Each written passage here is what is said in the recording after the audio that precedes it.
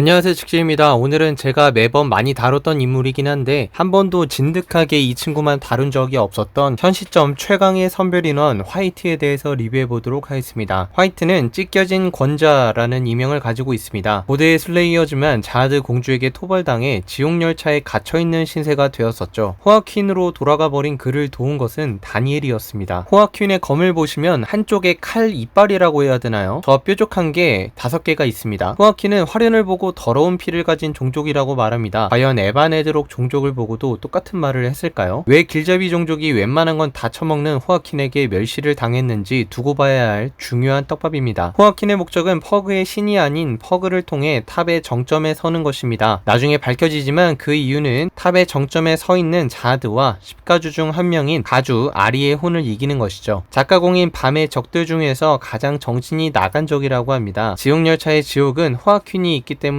지옥이라는 점을 보로가 강조합니다. 왕난이의 손목 같은 건 가볍게 썰어버릴 수 있는 강자로 첫인상을 강렬히 주었으며 이때 왕난이가 팔을 회복했다는 게 오히려 신기할 정도로 크게 다쳤었습니다. 호아퀸은 관리자와 계약이 되어 있다고 하는데요. 그 계약은 열차에서만 발동을 해 기차에서 나갈 수가 없는 상황인 것 같습니다. 솔직히 다 읽어봤는데도 다니엘이 말하는 호아퀸이 계약을 맺은 관리자가 누구인지는 잘 모르겠습니다. 호아퀸이 힘을 잃고 열차를 은신장소로 선택한 이유는 수많은 목숨들이 죽어나가 영혼이 쌓인 공간이기 때문입니다. 호아퀸이 주술을 발동하면 열차의 영혼은 싸그리 호아퀸의 것이 되는데 그 조건은 호아퀸이 완전체가 되는 것입니다. 다니엘은 자기가 좋아했던 로엔의 영혼을 호아퀸이 다시 부활시켜줄 거라고 믿고 호아퀸의 완전체 부활을 돕게 되는데요. 이처럼 호아퀸은 자신이 공격한 상대의 영혼을 죽이자마자 취할 수 있는 능력을 가지고 있습니다. 그리고 과거 왕으로서 군림했던 경력자답게 사람들을 이간질시키고 서로 죽이게 만드는 데는 도가 텄음을 보여주게 됩니다. 그리고 호아퀸이 가진 힘을 살짝 보여주는데요. 이때 보여준 거대한 신수의 힘은 마치 네이먼트에서 쿤란이 보여준 그란 에스파다 델라루즈와 비슷해 보이네요. 제 생각엔 쿤란의 기술이 좀 더 강해 보이긴 합니다. 이것마저 호아퀸이 더 강하면 쿤란이 불쌍해지잖아요. 호아퀸은 자아드와 칼라반이 등장하기 전 밤을 가장 고전케 했던 적이었습니다. 힘과 악랄함 어느 하나 빠지지 않는 호아퀸이었는데요. 호아퀸은 등장하자마자 화접 공파수를 씹어먹고 밤의 머리를 살짝 썰어버립니다. 화이트는 호아퀸, 비센테, 에나, 다비드, 알벨다가 합쳐진 인물입니다. 완전체가 되는데 가장 걸림돌이 되었던 건 바로 이 비센테인데요. 비센테도 꽤나 비중있게 나왔었습니다. 비센테 또한 호아퀸처럼 아버지를 넘기 위해 노력했지만 그처럼 될 수 없었음에 한계를 느끼고 있었죠. 아리의 혼이 자식들이 많은 편은 아니지만 많지 않은 자식들도 크게 신경 쓰면서 지내는 가주가 아니라는 점을 알게 되었죠. 아버지를 넘고 싶어하는 사람들이 5명이 있었습니다. 고대의 악마는 이들에게 하나가 되어 아버지를 뛰어넘으라고 이들을 꿰어냈고 이들은 그의 모두 동조에 하나로 합체했지만 그중 중심이 되었던 건 호아퀸 뿐이었습니다. 호아퀸은 이 5명 중에서도 제일 가는 천재였고 호아퀸이 또래들 중 이기지 못했던 건 비센테 말고는 없었습니다. 다른 분신들은 잠들어 있었지만 호아퀸의 행적에 대해서 아예 기억을 못하는 것 같지는 않습니다. 많은 영혼들을 갈취한 것과 거대한 주술을 행하려고 한 것도 비센테는 알고 있었죠. 호아퀸은 고대의 악마가 남긴 주술이라고 혼의 자식들에게 설명했지만 사실 악마에게 직접 전달받은 것이라고 말하죠. 고대의 악마의 형상이 나오게 되는데 화이트가 가지고 있는 떡밥 중 하나입니다. 고대의 악마는 왜 호아퀸을 선택했는지, 어느 나라 출신이길래 재물 글자를 몰라 재물이라고 말하고 있는지, 왜 퍼그의 신이 되려고 하는지 등등입니다. 독자들의 입장에서 퍼그의 신이라는 게 뭐 대단하게 느껴지지 않기 때문에 고대의 악마 정도 되는 존재가 10가주의 자식에게 퍼그의 신이 되자라고 꼬시는 모양이 좀 없어 보이긴 합니다. 그리고 화이트의 부활을 기다리며 호아퀸의 안에서 잠자고 있다고 하는데 마지막 정거장 전투 때 알벨다의 분신과 마지막 합체한 이후 이 고대의 괴물은 깨어난 건지 뭔지 알 수가 없습니다. 3부 시점 둥지 전투에서 전성기 화이트로 힘을 회복한 상태에서도 고대의 괴물 얘기가 나오지 않습니다. 에반켈의 고대종처럼 밤의 푸른바리, 붉은바리처럼 존재감을 드러낼 때가 올 것 같기도 한데 아직 모습을 드러내지 않고 있습니다. 어쩌면 작가님이 별 신경 안 쓰고 계실지도 모르겠네요. 호아퀸은 분신들을 흡수하면 흡수할수록 어린아이 같은 모습이 없어집니다. 방금 전까지 자신을 뒤통수 친 다니엘에게 나름 재미는 있었다며 로엔 부활 안 시켜주는 걸로 퉁쳐버리는 호아퀸의 여유로운 모습이 그를 증명하죠. 사실 자기는 로엔을 부활시킬 능력이 없다는 점이 킬링 포인트입니다. 호아킨은 전무후무한 쓰레기 중 한 명입니다. 자신의 아버지를 넘기 위해 수많은 영혼들을 유린하고 희생시킨 희대의 살인광입니다. 이때도 고대의 악마의 영향을 받았는지 재물이 아니라 재물이라고 표현하네요. 대략 10억 명 정도 죽였다고 합니다. 아무리 탑의 인구가 넘쳐나더라도 10억 명을 죽일 정도면 자하드가가 신경 안 쓸 수가 없을 정도였네요. 다만 그 10억의 영혼들 중 거의 대부분이 화이트가 찢겨질 때에 알벨다와 함께 둥둥이라는 존재로 분리가 되었고 밤과 화이트의 대결 때 등장하게 됩니다. 이 둥둥이는 결국 밤을 도와주고 자신의 영혼의 힘을 일부 넘겨주게 되죠. 페드로가 말하길 전성기 화이트는 같은 가문의 자하드 공주에게 패했다고 말합니다. 아리의 가문의 자하드 공주들이 많지 않다 보니 가장 유력한 후보는 아리의 하기페리온느 자하드가 언급이 되지만 하기페가 랭커가 되는 시간상으로 화이트 토벌과는 맞지 않다는 의견들도 있어 두고 봐야 하는 떡밥 중 하나입니다. 자연스럽게 이 떡밥이 풀리려면 마스체니 자하드와 화이트가 한판 붙거나 사부에서 자하드의 공주를 다루게 된다면 자하드가의 명으로 화이트를 토벌하러 출발하는 자하드의 공주의 모습을 직접적으로 보여주는 그림도 기대할 수 있겠네요. 화이트는 외탑의 두 나라의 왕으로 군림했었습니다. 여기서 외탑에 대한 주성이 나오는데 탑 안에서 왕이라는 개념은 자하드에게만 해당되는 말이지만 외탑이 워낙 넓어 자하드의 통치가 닿지 않는 경우가 있다는 것을 알 수 있었습니다. 화이트는 자하드가의 지배를 피해 외탑의 영혼들이 강하진 않지만 양으로 밀어붙여 영혼을 싸그리 흡수해버리는 놀라운 계획을 세웁니다. 하지만 여기서 알 수 있는 건 개인이 나라를 세우는 건 단순히 강하다는 사실만으로 될 수 없다는 걸 여러분도 아실 겁니다. 화이트는 자신이 과거에 세웠던 나라에 대적할 나라를 세울 정도로 리더십이 있고 대중의 심리를 읽는 지략이 매우 뛰어난 존재였다는 것을 알 수 있습니다. 화이트는 단신으로도 외탑 인구의 10억 명을 처리할 수 있지만 10억 명이 가만히 죽어주진 않을 테니 자신의 힘을 들이지 않고 나라끼리 지속적으로 싸우게끔 만들어 영혼들을 지속적으로 흡수해 나갔었습니다. 여기서 화이트는 구주의 힘은 대중의 분노와 아둔함을 이용하는 데서 나온다고 합니다. 자하드의 모습도 비슷하지 않을까요? 자하드는 탑에 발전하지 못하고 낮은 퀄리티로 살아가는 탑의 문명을 발전시키고 더 나은 세상으로 만들려고 했습니다. 하지만 지금은 대중의 아둔함과 퍼그와 같은 대중의 분노를 먹고 그 세력이 마치 정의인 양 유지시키고 있죠. 화이트는 밤에게 썰리고 나서 아버지를 만났던 때를 회상합니다. 지가 낳아놓고도 못 알아보는 아리의 혼의 모습이 나오는데요. 이때까지만 해도 호아킨은 참 맑고 깨끗한 아이로 보이지만 굳이 아리의 혼이 아니었다고 해도 호아킨은 나쁘게 성장했을 것 같기도 합니다. 이곳에서 나가 악마가 되어 돌아오라는 혼의 말에 화이트는 다시 아버지를 불러봅니다. 아마도 이때의 감정은 혼을 죽이고 싶다는 것보다 비센테처럼 혼에게 인정받고 싶은 자식으로서 한 번도 충족감을 느껴보지 못한 서러움이 느껴지네요. 죽음의 층에서 화이트가 죽은 자들의 영혼을 먹고 부활하게 됩니다. 사실 이때 화이트와 마지막 정거장 화이트와 누가 더 강한지 비교하려고 고민해봤지만 쉽게 답이 나오지 않습니다. 구스타항에게 벌레 이명을 하사받고 누워있는 화이트가 멀다 라고 말하는데 나가려는 출구가 멀다라고 생각되기도 하고 많이 강해졌다고 생각했는데도 십가주와의 차이가 멀게 느껴지는 장면이기도 합니다. 구스타항은 언젠가 화이트가 원하는 순간도 올 거라고 말합니다. 십가주가 미래를 어느 정도 볼 수 있다고 하지만 어디까지 볼 수 있을지 모르기 때문에 화이트가 원하는 순간이 완전체 혹은 전성기의 모습인지 아니면 아리의 혼을 꺾고 가주가 되는 순간 혹은 아리의 혼에게 인정받는 순간인지 정확하게 알 수는 없습니다. 알벨다 플러스 영혼의 힘과 합체해 완전체가 된 화이트이지만 프록을 상대로 힘을 너무 빨리 소진되는 실망스러운 모습을 보여줬습니다. 하지만 하천이가 도와주지 않았다면 프록은 이미 저 세상에 가 있었겠죠. 이어 사단장인 아리 브라이트 샤론과 대등하게 싸움을 펼치고 일격을 날리려 하지만 극강의 등대지기에게 가볍게 막혀버립니다. 이때 검을 보면 또 옆으로 뿔이 한 개죠. 디자인이 정말 다양합니다. 아무리 잘 쳐져봐야 사단장보다 살짝 윗급으로밖에 볼 수가 없는 화이트입니다. 3부 시점에서 마두라코에부와 랭커들을 잡아먹기 직전 화이트의 칼을 보면 뿔이 4개입니다. 랭커들을 냠냠할 때 화이트의 모습이 얼마나 듬직해 보이던지 랭커2를 먹고 나서 보니 화이트의 칼 형태가 변했습니다. 옆에 뿔이 2개가 나있네요. 이어 칼라반을 잡으러 모습을 드러낸 화이트의 검은 뿔이 3개로 변해 있습니다. 이제 칼을 너무 많이 바꿨다 싶었는지 강력한 칼을 뽑으며 디자인을 정착시키죠. 그러나 무해정수 개방 칼라반에게 CR도 안 먹히며 패배하게 되지만 칼라반에게 왕군의 요주이였던 전설의 슬레이어라는 칭호를 얻게 되죠. 이때 당시 화이트의 티어를 생각해보면 3티어보다 강하지만 2티어보다는 약한 2.5티어 정도로 볼 수 있을 것 같습니다. 티어 정리는 제가 얼마 전에 올린 둥지전쟁 티어 정리를 참고해주시면 감사하겠습니다. 둥지전쟁에 들어와서는 쿤 버프를 받고 예전 전쟁을 일으켜 10억 명의 영혼을 취했던 때와 비슷하게 전사자의 영혼을 챙겨먹습니다. 화이트는 자신이 전성기로 회복하면 제어 불가능하지 않겠냐고 묻지만 쿤은 이미 예상했다는 듯이 대안을 말합니다. 첫 번째, 둥지전장은 화이트가 전성기급이 되어도 그를 막을 만한 적 세력이 많다. 두 번째, 쿤은 위 라인에 줄을 대고 있어서 크게 두렵지 않다. 세 번째, 마지막 분신의 힘이 있다. 일단 첫 번째를 보면 화이트를 막을 만한 인물은 지파장 전사장, 마스체니자드, 칼라반, 야스라차, 라이볼릭 정도로 볼 수 있습니다. 두 번째를 보면 좀 신기한 게 전성기 화이트가 배신을 했을 때 쿤이 위 라인에 연락을 하면 바로 지원이 올 수 있다는 것인데, 지옥열차 때 도와줬던 비밀의 인물이 전성기 화이트급의 랭킹을 가진 인물이라는 것인가 싶습니다. 그 정도로 강하게 보지는 않았거든요. 만약 그런 호출만 하면 도움을 줄 수 있는 100위권 이내의 강자가 쿤을 봐주고 있다면 하진성을 보고는 왜 그렇게 쫄았던 걸까요? 당장 죽을 것 같아서 그랬겠죠? 근데 쿤이 가진 거나 능력에 비해 너무 본가에서 귀하게 취급받는 것 같습니다. 마리아가 제시한 딜과 쿤을 봐주는 위 라인이 연관이 있을 가능성이 높습니다. 세 번째를 보면 마지막 분신의 힘을 얘기합니다. 전성기 화이트가 되었음에도 마지막 분신이 힘을 쓸 수 있을까요? 분신이 의식이 있다고 해도 미미한 정도로 보입니다. 현재 화이트가 전성기급이 되고 나서 분신이 언급되거나 나온 적은 없는데, 화이트가 할짝이며 밤을 뒤통수 치는 그림이 그려진다면 둥둥이가 다시 등장할 여지가 있을 것 같습니다. 화이트는 쿤에게 지릴 일 없길 바란다고 했지만 오줌은 독자들이 지렸습니다. 화이트는 전성기가 되고 나서는 쿤과 친구가 되었습니다. 이어 영혼 태우기 오프라인 강의를 열어 밤을 강제로 가르쳐 스승으로 등극합니다. 자아두군의 상징인 전 군단장 칼라반을 상대로 막상막하의 대결을 펼쳤으며 유효타를 쉽게 낼 수 없는 구조인 칼라반의 몸을 절명기를 통해 토막냅니다. 기함이 터지고 칼라반이 고민에 빠지자 적이지만 싸울 의지가 있는지 없는지 확인하는 등 밤과 싸울 때랑 달리 비겁한 승부를 하지 않습니다. 전장에서 누군가가 죽을 때마다 바로바로 흡수가 가능한지라 이 점을 자아두군이 파악하지 못한다면 화이트의 질주를 막기는 쉽지 않을 겁니다. 아예 별도의 공간에서 화이트와 1대1을 해야 그나마 가능성이 있는데, 현재 화이트를 1대1로 이길 수 있다고 자신할 수 있는 사람이 둥지전장에 아무도 없다는 점이 아주 중요한 관전 포인트입니다. 그렇다면 전성기급의 화이트는 군단장 이상인가?